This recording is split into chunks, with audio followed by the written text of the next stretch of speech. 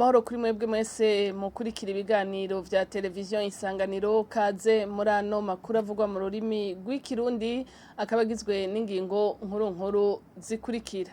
Amazu arenga 150 ni yamaze kononekara muri quartier ya Kibenga biturutse ku mvura yaguye ku munsi w'Imana. Iyo mvura ngo yatumye bategwa n'amazi y'uruzi Kanyosha. Abajeje intwaro bavuga ariko yuko ata muntu yahasize ubuzima. Kugwiza umwimbu no gushora hanze ibihingurwa mu Burundi ku masoko mpuzamakungu ngo biri mu vyotuma ibiciro vy'ibintu vyankenerwa bigabanuka. Bisigurwa n'umuhinga mu vy'ubutunzi abona ko ubukene bw'amafaranga y'agaciro aribwo hanini bubandanya butuma ivyo biciro bidasiba kuduga. Murabikurikira mw'idonido mu kanya.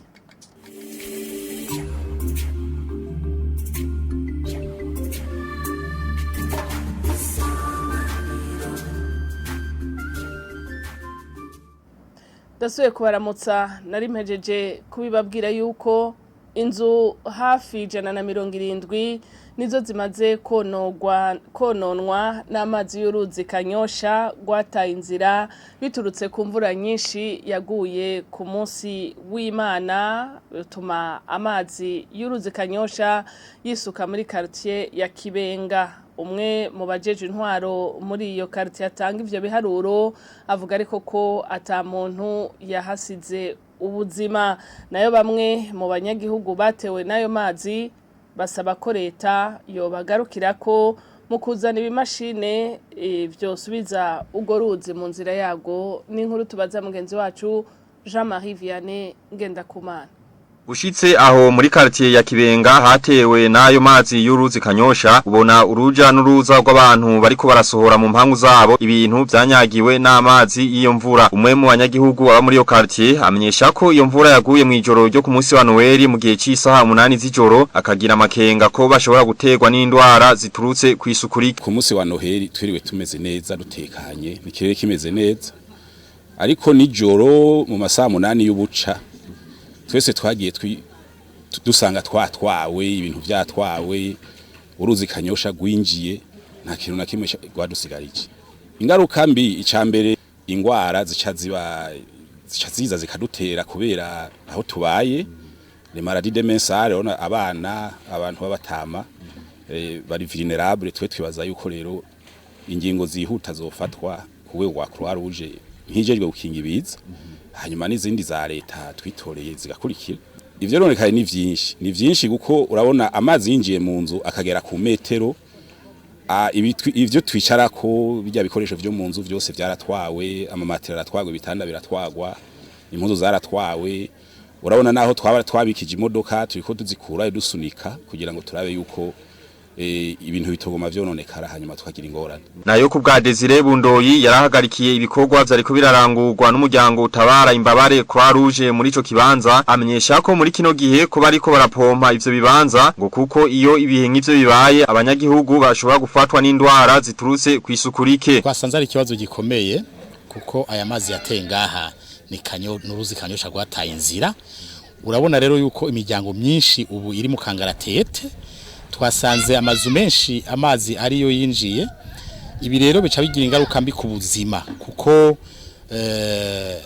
ubwiherero nonekara, amazi yo hasi nayone agaca yandura. Twebwe rero bujya guherejo turi ngaha turaharura bagize ingorane, mugabo ubu ico turiko turihutira ningene twokinga inkurikizi zibi hacakurikira burya yibi bibaye indwara zitandukanye. Arico gituma ubona twakwanirije abantu batari bake kugira tubigishe ingene bashaka kuvyikingira. Ubwa mbere kugerageza gupompa kugira ngo ahari amasoko y'imigera hose hasambuke, hanyuma n'ingene amazi banywa bashobora kuyatunganya kugira ngo ubuzima bwabo ugume ari ubuzima bwiza. Kubwa Esperance Irakiza nawe umwe mu bajeje intwaro ngaho muri quartier Kibenga amenyesha ko inzu zishika 170 ko arizo zononwe nayo mazi y'imvura, bagashima ko ata muntu numwe arahasiga ubuzima. Ikintu ciza twashimye nk'abajeje intwaro, nta muntu numwe yahasize ubuzima. Amakorotire yabomaguritse, ibintu byinshi birahomba, imirimo iratwagwa, igitigiri c'inzu ubu turi ku gitigiri gishikana 170. Uwo ajejwe intwaro hamwe n'abanyagihugu bo ngaho muri quartier ya Kibenga bagasaba leta ko yo bagarukira ku bino bihe bitoroshe barimwo na cane cane mu kubazanira ibimashini vyosubizaho urwo ruzi Kanyosha rwahoze ruca. Akoze mugenzi wacu Jean Marie Vianney Ngendakumana mu gisata c'ubutunzi.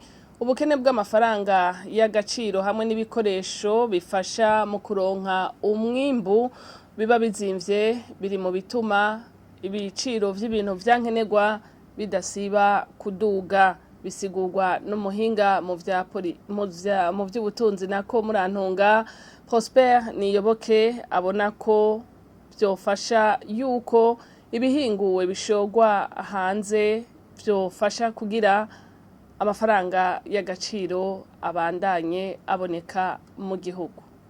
Babwira ko biva ku bintu byinshi. Birava ku bintu byinshi, birashobora kuva nko ku ibiciro byo ku masoko aho dusanzwe tujya kurangurira ibiza kunguranira umwimbo wo mu gihugu. Biba vyaduze, biduga kumva zitandukanye rero nayo masoko.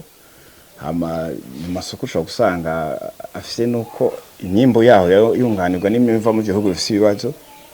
Hama bigatuma ibyo bidandazo turondera bashitwa bavyikora ko cyane gusumba ko bahora bica bituma bizimba tubishikanye ngaha rero uko twabiko yari yabizimbye bica bizimba cyane bishite ngaha bishobora no kuva ku byo dukoresha two turimbura ibiciro byavyo biduze byo dukoresha bwaturonka umwimbo yari ifumbire canke ibindi bitandukanye ico twakuyemwo nk'umwimbo wakoreshejwe n'ivyo twakoresha bizimvye umubisho zimba.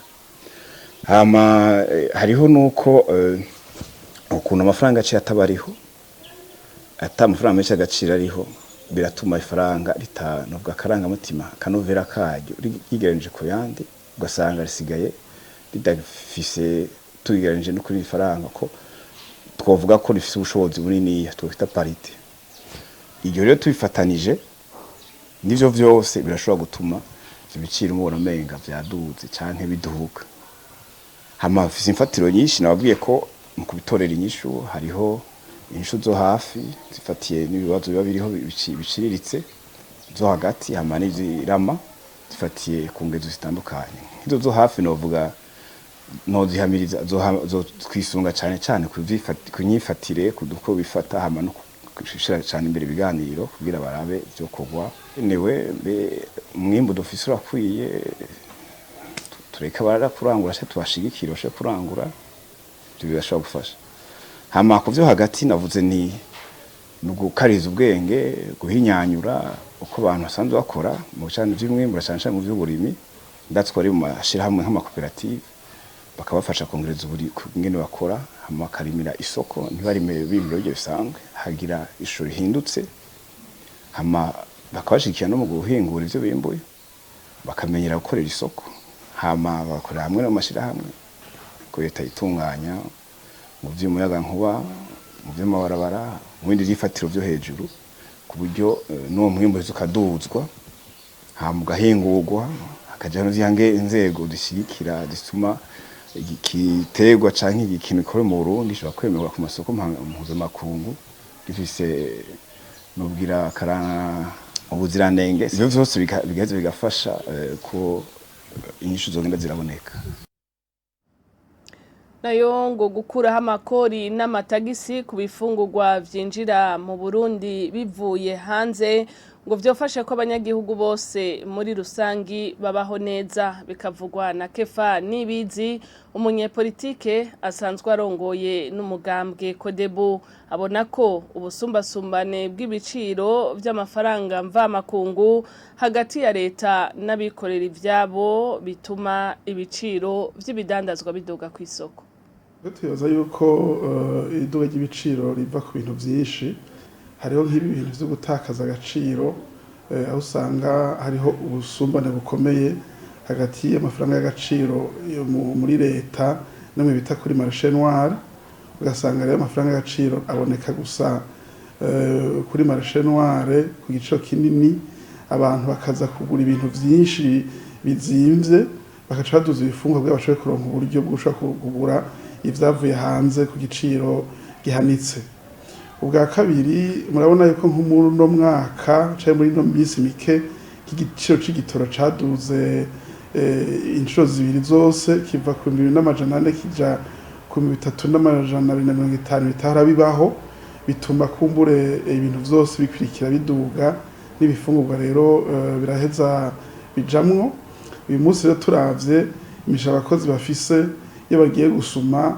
kabenye n'inzu ziduga bagiye gupanga inzu kabivye kwigiza bishishika biduga nibaza ko abakozi bakeya cane bagishobora kubaho ukwezi kugahera batagize ingorane uravye ivy'imishahara icari gukwirikira rero yari uko kumbure imishahara yoduzwa ariko bishoboka ko iyo ngingo ishobora kubitoroshe cyo gituma nibaza ko ahubwo hofatwa izindi ngingo na cane ingingo zo gukura n'imiburi ku kiringo gito amatagisi n'amakori ku bidandazwa z'ibifungurwa vyinjira biva hanze. Ica kabiri coba ari nk'umuti ukomeye gose kandi urama nk'uko vyari imbere y'ibihumbi 2015 aho wasanga amafaranga y'agaciro muri banki nkuru y'igihugu no ku masoko bita marché noir vyaba abantu bakungana leta niko ishoka vyose amafaranga y'agaciro asubira aboneke ntihasubire kubaho ubusumbane bunini hagati y'igiciro cayo ku isoko bita marché noir no muri banki bizotuma ibiciro vy'ibintu bigabanuka n'imiburiburi ku bice bishika nka 25% mbere binasumba ngaho ibi bifungurwa abantu babiduza kugira ngo bashobore gusuma ibindi bintu vyavuye hanze biba vyaduze kuko nimba umuntu akeneye kugura ipantaro adanaza ibiro 5 vy'ibiharagi agasanga ntibigikunda caduze igico kugira ngo ashobore kugura ico kintu kiva hanze. Kefa Nibizi avuga kandi yuko mu ngingo zifatwa na leta yoshira imbere ineza y'abanyagihugu. Jewe hari igihe iyo numvirije politiki y'abatwara mwino misi hari ukuntu umenga turagomba gushira cane imbere igihugu muri rusangi mbwa twibagiye ubuzima bw'umunyagihugu umwe wese hakaba kushira amakori menshi hakaba kuronda amafaranga menshi gukora imigambi y'iterambere tutamanje kuraba neza mbega abo tuyakuremo ni bande bafise ubasho bwahe. Nibaza yuko rero abarongoye igihugu bomenye yuko imbere yuko igihugu kibaho canke gishobora gutera imbere nuko abene igihugu babayeho hakamaza kwitabwaho abene igihugu kumbura ivy'igihugu muri rusangi bikaza biza biherekeza ko abene igihugu bafise ubuzima babayeho ntiturondeye kukuramwo amakori menshi kuranda amafaranga menshi akora imigambi y'iterambere rusangi mugabene igihugu bariko kumbure baramererwa nabi. No kuvuga yuko rero ni structure économique macroéconomique yose boshobora ngo ubuzima bwa misi yose bushoboke.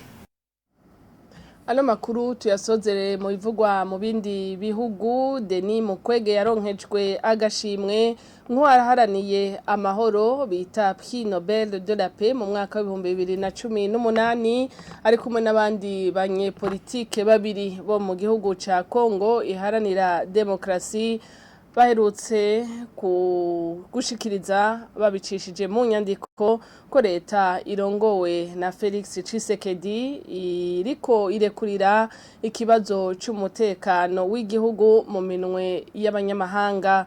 Abandi bateye umukono kuri ubwo rwandiko ni Martin Fayulu yari yitoje mu kibanza c'umukuru w'igihugu muri 2018 hamwe na Augustin Matata yigeze kuba umushikiranganje wa mbere muri 2012 ushira ibihumbi 2016. Amakuru dukesha bagenzi bacu ba Africa News twateguriwe na Armel Mutore.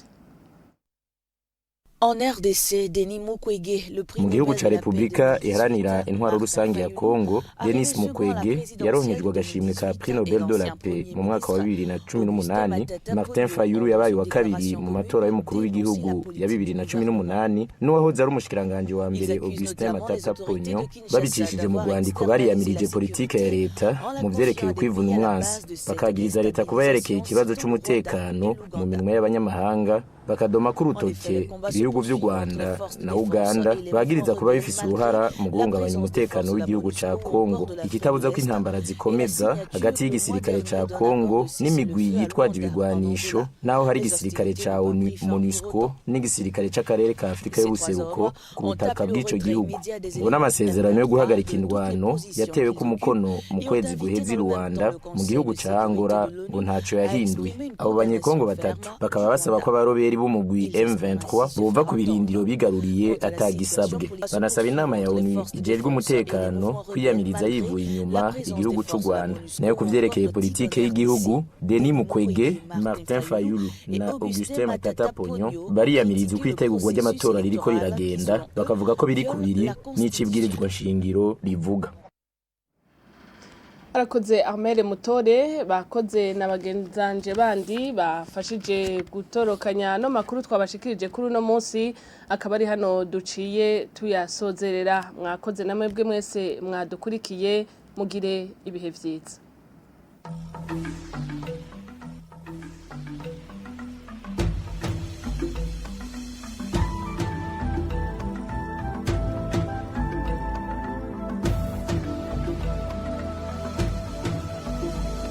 Isa